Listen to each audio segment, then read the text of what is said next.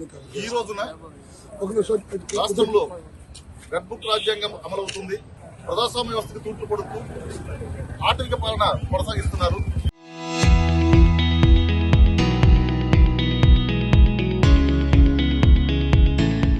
దానికి నిదర్శనమే బీసీ నాయకులు. ఈ రాష్ట్రంలో 132 బీసీ కులాలు ఒక దమ్మున్న సామాజిక వర్గం బీసీ సామాజిక వర్గాలు. అలాంటి బీసీ సామాజిక వర్గ నేతపైనే ఈరోజు వాళ్ళ ఇంటిపైన పెట్రోల్ బాంబులు, ఇంటిని దహనం చేయడం, ఇలాంటి కార్యక్రమాలు ఈ కూటమి ప్రభుత్వం చేస్తుంది.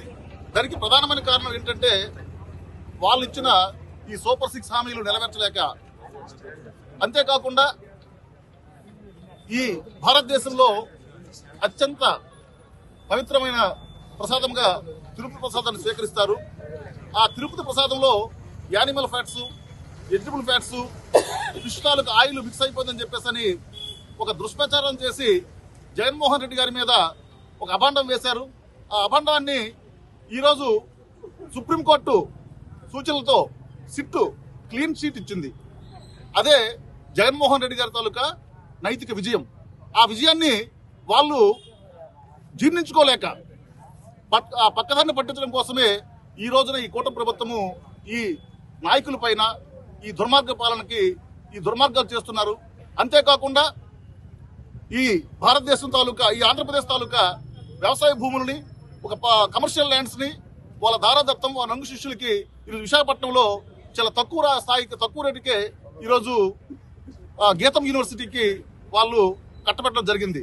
ఇవన్నీ డైవర్ట్ చేయడం కోసం, ప్రజల్ని పక్కదో పట్టించడం కోసమే ఈ డైవర్షన్ పాలిటిక్స్ లో భాగంగానే ఈ రోజు మా నాయకుల పైన ఈ దాడులు జరిపించి ఈ ప్రజలు ఏదైతే కూటమి ప్రభుత్వం చేస్తున్న అరాచకాలని, కూటమి ప్రభుత్వం చేస్తున్న మైనస్లని పక్కదో పట్టించడం కోసం మాత్రమే ఈ రోజు ఈ దాడి జరగడానికి ప్రధానమైన కారణం.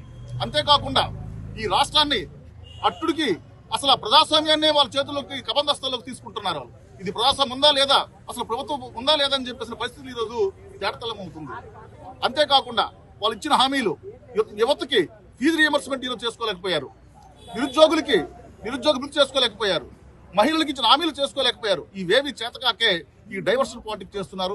ఇదందరూ ప్రజలందరూ గమనిస్తున్నారు. ఖచ్చితంగా 2029లో జగన్మోహన్ రెడ్డి గారిని ఖచ్చితంగా సీఎం చేసుకునే బాధ్యత మనందరిపైన ఉంది. మీరు కూడా 4th పిల్లర్ ది డెమోక్రసీ. ఈరోజు సొసైటీలో ఈరోజు జర్నలిస్టులే 4th పిల్లర్స్. మీరు కూడా వాళ్ళు చేస్తున్న అరాచకాలు బయట తీయాలని చెప్పేసి ఈ సభాముఖంగా ఈ పత్రికా సమావేశం కోరుకుంటున్నాను. Thank you. ప్రభుత్వం పరిపాలన కోసం మనందరం కూడా ఈవేళ రాష్ట్రం మొత్తం డిబేట్ జరుగుతుంది. 83 నుంచి రాజకీయాలు చేస్తున్నాం. 83 నుంచి కూడా ఎన్టీ రామారావు గారి నుంచి, రాజశేఖర్ గారి అందరి నుంచి రాజకీయాలు చేసి ఇంత దుర్మార్గం అనేది ఇప్పుడు లేదు. వాళ్ళు ఏంటంటే తిరుపతి లడ్డు నుంచి అన్ని డైవర్షన్ చేసుకుని 6 గ్యారెంటీస్ అన్నారు. ఏ గ్యారెంటీ కూడా లేదు. ఈవేళ విశాఖపట్నంలో 5,000 కోట్ల భూమిని దారాదత్తం చేశారు. ఇవన్నీ ప్రశ్నిస్తే మన నాయకుడు ఏంటంటే అందరికీ న్యాయం జరగాలి, సమన్యాయం అనుకుంటూ వెళ్ళాం. ఇంత దుర్మార్గ పరిపాలన ఉంది ఏ రోజు జరగలేదు. ఇవాళ ఏంటంటే ఎవరు ప్రశ్నిస్తే వాళ్ళకి, ఎవరు ఏమంటే వాళ్ళకి మనం పడిపోతున్నారు. చంద్రబాబు నాయుడు ఎంత నీచంగా దుర్మార్గంగా ఆయన వ్యవహరిస్తే మనం అనుకోలేదు. ఆయన మనసున్నాడే కదా, ఆయనకు మనస్తత్వం ఉంది కదా. ఇంత నీచమా? చెయ్యాలి, పనులు చేయాలి, మంచి పని చేయవయ్యా. ఏ పని చేయకుండా ఎవరిని పొడి చేస్తాను, ఎంతమంది పొడి చేస్తాను. ఇవాళ వ్యతిరేకత అప్పుడు ఆపలేడు. ప్రజాస్వామ్యంలో సామాన్యులు, పౌరులు అందరూ కూడా ఓకే. నువ్వు కాపు నాయకులకు పొడి చేస్తాను, ఆకాయక నాయకులు పొడి చేస్తాను, ఎంతమందిని పొడి చేస్తాను, ఏం చేస్తావు, ఎన్ని తగలబెడతావు? తగలబెట్టు. ఒకరిని తగలబెడితే 10 మంది తయారవుతారు. ఆయనకు బుర్రలేక పని చేస్తాడు చంద్రబాబు నాయుడు. ఇలాంటి పనులు చేయడం వల్ల ప్రజాస్వామ్యంలో ఇవాళ చాలా డిబేట్ జరుగుతుంది గ్రామాల్లో. ఇదేంటి దుర్మార్గం, ఇదేంటి అన్యాయం జరుగుతుంది. ఇలాంటి ఎవరు కూడా ఎంత నాయకులు కూడా ఒక 10 మంది నోట పడకూడదు. పడితే వాడు ఎంత కూడా భస్మైపోతాడు. నేను గారిని చెప్తున్నాను, మళ్ళీ మా ప్రభుత్వం జగన్మోహన్ రెడ్డి గారు ఖచ్చితంగా మళ్ళీ గవర్నమెంట్ వస్తుంది. వీళ్ళందరికీ తిరిగి వడ్డీతో సహా చెల్లించవలసిన బాధ్యత మా నాయకుడికి ఉంది, మాకు ఉందని సభాముఖంగా ఈ పత్రికా ముఖంగా తెలియజేస్తున్నాను. మీరు కూడా ఈ అవేర్నెస్ ప్రోగ్రాంలో పాల్గొని న్యాయం పక్షాన మీరు కూడా రాయాలని కోరుతూ ఈ అవకాశం ఇచ్చింది. మీ అందరి దగ్గర సెలవు. ఈ కార్యక్రమం నిర్వహించడం జరిగింది. ఈ అందరూ కూడా కంప్లీట్ గా నియోజకవర్గం మొత్తం మీద కేడర్ ఆల్మోస్ట్ 90% కేడర్ రిటర్న్ అయ్యారు. ఇదే ఈ రోజు కూటమి ప్రభుత్వం తాలూకా ఇంత ప్రతిపక్షంలో ఉండి కూడా ఈ కేడర్ అందరూ రిటర్న్ అయ్యే కారణము ఆ కూటమి ప్రభుత్వం మీద వ్యతిరేక విధానాలు దీనికి ప్రధానమైన కారణం. ఇదంతా కూడా చిరంజీవి నాకు ఆధ్వర్యంలో జరుగుతుంది తెలియజేస్తున్నాం.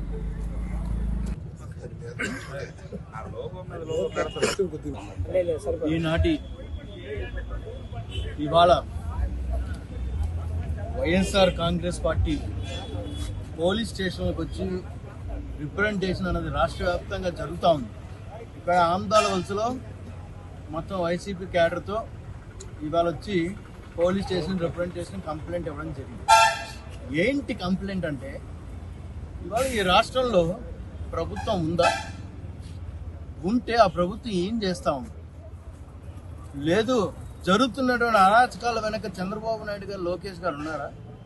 అందుకే నా పోలీసులు చోద్యం చూస్తున్నారు పక్క నుండి. సరే, ఇవాళ ఈ రాష్ట్రంలో లా అండ్ ఆర్డర్ అన్నది ఉందా? ఈ రాష్ట్రంలో శాంతి భద్రతలు క్షీణించాయి చాలా. అంటే ఏ స్థాయిలో క్షీణించాయి అని అంటే, సరే ఆవేశాల్లో ఒక వ్యక్తి నోరు జారాడు, దానికి మీరు కూడా చేయాల్సిన కార్యక్రమం చేశారు, ఫినిష్ వదిలేయండి అంతే తప్ప ఇళ్ల మీదకి వెళ్ళి ఇల్లుకు తగలబెట్టడాలు, పెట్రోల్ బాంబులు విసరడాలు. రాంబాబు గారు అంటే నా మాట అన్నారు, మీరు కూడా ఆవేశంతో పని చేశారు, రైట్. ఇళ్ల మీదకి వెళ్ళడం అనేది ఎంతవరకు సమంజసం? ఆ ఒక్క ఇల్లు ఉండదు కదా, చుట్టుపక్కల చాలా ఇల్లు ఉంటాయి కదా. ఇవాళ ఈ రాష్ట్రంలో రెడ్ బుక్ రాజ్యాంగం అనేది అమలు అవుతుంది. నేను ఇవాళ ఖరాఖండిగా చెప్పగలను ఆ విషయం. ఎందుకనంటే మన అందరం కూడా చూస్తున్నాం, ఏదైతే వీళ్ళు అధికారం చేపట్టిన దగ్గర నుంచి కూడా వీళ్ళు చేసేటువంటి అరాచకాలు దశల వారీగా వాళ్ళు చేసుకుని వస్తున్నారు. ఎందుకు ఈ పరిస్థితి వచ్చింది? సరే, రాంబాబు గారి ఇంటి మీద మీరు దాడి చేసినారు, అంతా అయింది, ఫైన్. జోగి రమేష్ ఏం తప్పు చేశాడండి? ఆయన మీద మీరు ఎందుకు దాడి చేశారు? ఇవాళ ఆయన ఇంటి మీద పెట్రోల్ బాంబులు విసరడం ఏంటి? మీరు ఏ స్థాయికి దిగజారుతూ ఉన్నారు అని అంటే, డైవర్షన్ పాలిటిక్స్ చేస్తూ ఉన్నారు. ఇవాళ సిబిఐ కానీ సిట్ కానీ కలిపి ఇచ్చినటువంటి రిపోర్ట్ ఏంటి?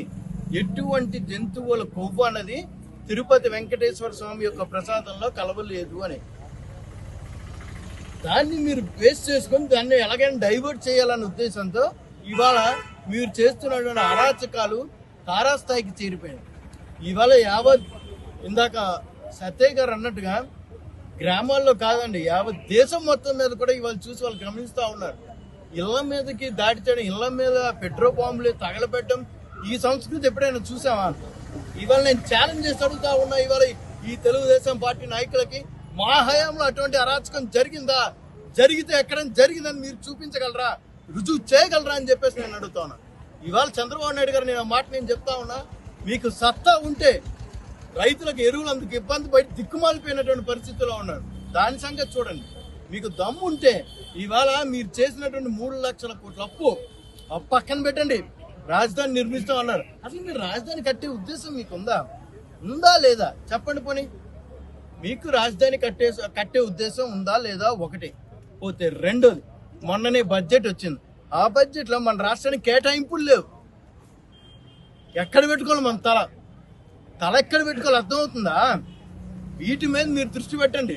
అలాగే మన పోలవరం ప్రాజెక్ట్ కోసం చూసుకుంటే మీరు ఇచ్చినటువంటిది ఏంటండి? పోలవరం ప్రాజెక్టులోని వాళ్ళు ఇచ్చింది చాలా తక్కువ. ముందు జాతీయ హోదా కింద ప్రకటించి కేంద్ర ప్రభుత్వం తీసుకొని ఉంటే ఇవాళ ఈ పోలవరం ప్రాజెక్ట్ పూర్తి అయ్యేది. కానీ మీరే మళ్ళీ వెనక్కి తీసుకున్నారు. మన నరేంద్ర మోడీ గారు అన్నట్టుగా పోలవరం అనేది ఏటీఎం అయిపోయిందని చెప్పి గతంలోనే అన్నారు. అది యావత్ భారతదేశం మొత్తం గారు చూసింది. కాకపోతే ఇవాళ మీరు కేటాయించినటువంటి కేటాయింపులకి పోలవరం ప్రాజెక్ట్ అన్నది మళ్ళీ వెనక్కి తీసుకున్నారు. మన నరేంద్ర మోడీ గారు అన్నట్టుగా పోలవరం అనేది ఏటీఎం అయిపోయిందని చెప్పి గతంలోనే అన్నారు. అది యావత్ భారతదేశం మొత్తం గారు చూసింది. కాకపోతే ఇవాళ మీరు కేటాయించినటువంటి కేటాయింపులకి పోలవరం ప్రాజెక్ట్ అన్నది ఇవాళ మీరు కేటాయించిన కేటాయింపులు చూస్తే అవే కేటాయింపులు కనుక కంటిన్యూగా జరిగితే 10 సంవత్సరాలైనా ఆ ప్రాజెక్ట్ పూర్తి కాదు కదా, ఉన్నా కదా. ఇవాళ అదే విధంగా మీరు 3 లక్షల పైబడి కోట్లు ఏంటంటే మీరు అప్పు తెచ్చారు. ఆ అప్పు మీరు ఏం చేశారు, ఎక్కడెక్కడ ఖర్చు పెట్టారు, ఏం చేశారని ఒక శ్వేతపత్రం విడుదల చేసే దమ్ము తెలుగుదేశం పార్టీ ప్రభుత్వానికి ఉందా అని చెప్పేసి నేను అడుగుతా ఉన్నాను. అది మానేసి రైతులకు ఎరువులు అందట్లేదు, దాని మీద దృష్టి పెట్టండి. నిరుద్యోగ భృతి అన్నారు, దాని మీద దృష్టి పెట్టండి. అదే విధంగా ఇవాళ నేను అడుగుతాను, రీఎంబర్స్మెంట్ అంటున్నారు, దాని మీద దృష్టి పెట్టండి. మహిళలు ఇబ్బంది పడుతూ ఉన్నారు, దాని మీద దృష్టి పెట్టండి. రైతులు ఇబ్బంది పడుతూ ఉన్నారు, దాని మీద దృష్టి పెట్టండి. ఇటువంటి సమస్యలు ఏవైతే ఈ రాష్ట్రంలో సమస్యలు పేటరేగిపోయి పిచ్చరిగిపోయి తారాస్థాయికి వెళ్ళిపోయినాయి. ఇవాళ నేను ఒకటే మాట అంటా ఉన్నాను, ఒకప్పుడు ఇది ఆంధ్రప్రదేశ్ అండి. ఇవాళ కూటమి పాలనలో, ఇవాళ కూటమి ప్రభుత్వంలో ఇవాళ డబుల్ ఇంజిన్ సర్కార్ అన్నారు.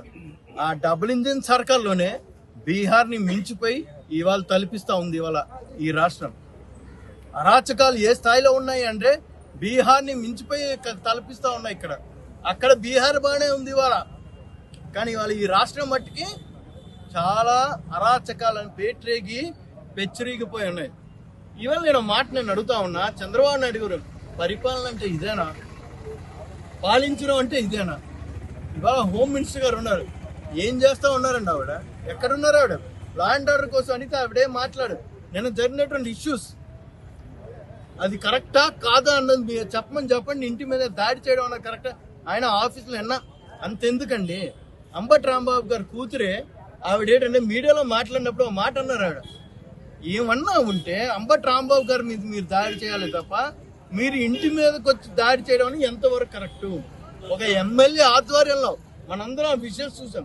ఒక ఎమ్మెల్యే మేము దాడి చేసాం ధైర్యంగా చెప్పే పరిస్థితికి వచ్చింది అని అంటే, ఇవాళ నేను అడుగుతాను, ఒక మాజీ హోంమంత్రి ఒక ఎంపీ వెళ్ళి ఎస్పీ గారు మీరు రమ్మనమంటేనే వాళ్ళు వచ్చారు కదా, ఆ తర్వాత ఏమైంది? ఇవాళ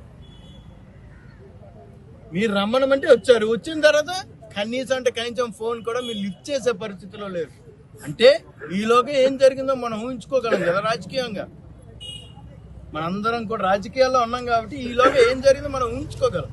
అదే విధంగా ఇవాళ లా అండ్ ఆర్డర్ ఏ స్థాయిలో క్షీణించింది అని అంటే, నేను ఒక్క మాట నేను చెప్తా ఉన్నా, ఇవాళ గతంలో ఇదే గవర్నమెంట్ వచ్చిన తర్వాత కూడా పవన్ కళ్యాణ్ గారు మాట అన్నారండి, నేనే కనుక హోమ్ మినిస్టర్ తీసుకుంటే లా అండ్ ఆర్డర్ 10 నిమిషాల్లో నేను సెట్ చేస్తాను. అదేదో మీరు తీసుకొని లా అండ్ ఆర్డర్ సెట్ చేయండి. మీరు కనిపించడమే మానేసినారు. జరుగుతున్నటువంటి అరాచకాలకి మీరు వత్తాసు పలుకుతున్నారా అని చెప్పేసి నేను అడుగుతా ఉన్నా. జరుగుతున్నటువంటి అరాచకాలకి భారతీయ జనతా పార్టీ వత్తాసు పలుకుతుందా అని చెప్పేసి నేను అడుగుతున్నా. జరుగుతున్నటువంటి అరాచకాలకి చంద్రబాబు నాయుడు గారు, లోకేష్ ఏదైతే ఇద్దరు ఉన్నారో మీ ఆధ్వర్యంలోనే అరాచకాలు జరుగుతూ ఉన్నాయి. ఏదైతే మీ కొడుకు మీరు ఆయన్ని సీఎం చేయాలనుకుంటున్నారు కదా, గతంలో ఇవాళ నేను అడుగుతా ఉన్నాను, ఇవాళ ఇదే చంద్రబాబు నాయుడు గారు మాట్లాడలేదా అండి? నీ అమ్మ మొగుడిచ్చాడా, నీ అమ్మమ్మ మొగుడిచ్చాడా అని అనలేదా?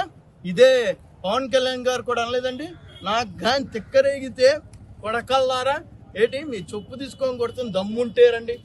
ఏం మాట్లాడండి ఇవి నాకు అర్థం కాదు. రాజకీయాల్లోనే ఒక హుందాతనం ఉండక్కర్లే, గౌరవ మర్యాదలు ఉండక్కర్లే, ఓ పద్ధతి ప్రకారం మాట్లాడాలని ఇంకితి జ్ఞానం ఉండక్కర్లే. సరే అది పక్కన పెట్టాం, గౌరవనీయుల లోకేష్ గారు ఏమన్నారు ఆ మాట కూడా నేను అనకూడదు. వాళ్ళకి పోలీసు అట్టుకుండా నేను ఏమన్నాడు, ఎక్కడున్నా మీ సైకో జగన్ ఏంటి లండన్లో ముండలతో తిరుగుతున్నాడని చెప్తాడా? నువ్వు చేసేటువంటి పనిని వేరే వాళ్ళకి ఆపాదించడం అనేది ఎంతవరకు సమంజసం అని ఒక్కసారి నేను ఆలోచించుకోమని చెప్తా ఉన్నా. మాకు తెలుసు మీరేంటో, మీ చరిత్ర ఏంటో మొత్తం అందరికీ తెలుసు. దయచేసి మా నోళ్ళు మాత్రం ఎప్పనివ్వకండి, బాగుంటుంది, అందరికీ గౌరవంగా ఉంటుంది. సో ఇవాళ నేను ఒకటే మాట నేను చెప్తా ఉన్నా, మీరు దీన్ని ఎక్కడితో ఆపారా? సరే జగన్మోహన్ రెడ్డి గారు ఒకే మాట అంటున్నారు, ఆయన నేను చెప్పినా సరే ఆ బాధించబడినటువంటి కార్యకర్తలు రేపు ఆగరు, రేపు నా మాట వినే పరిస్థితి కూడా ఉండదు. ఇది తప్పుడు సాంప్రదాయం. ఈ సాంప్రదాయానికి మీరు చెక్ పెట్టండి, ఈ సాంప్రదాయాన్ని మీరు పూర్తిగా అరికట్టండి. అప్పుడే ప్రజలు మిమ్మల్ని హర్షిస్తారు. ఎక్కడన్నా సరే, ఎప్పుడన్నా సరే, ఒక మనిషికి రాజకీయాల్లో ఉండేటువంటి ఒక వ్యక్తికి వయసు పెరిగే కొద్ది పరిణితి పెరుగుతుంది అంటారు. కానీ మన చంద్రబాబు నాయుడు గారు వయసు పెరుగుతూ ఉంది కానీ ఇంకా పెరగలేదు. ఎంతసేపు జగన్మోహన్ రెడ్డి అనే జపం చేస్తున్నారే తప్ప పాలన మీరు పూర్తి గాలికి వదిలేస్తున్నారు. దిక్కుమాలిపోయి ఉంది ఇవాళ రాష్ట్రం. అన్ని రంగాల్లో కూడా ఇవాళ నేను చెప్పగలను, అన్ని రంగాల్లో ఇవాళ ఈ రాష్ట్రం దిక్కుమాలిపోయింది.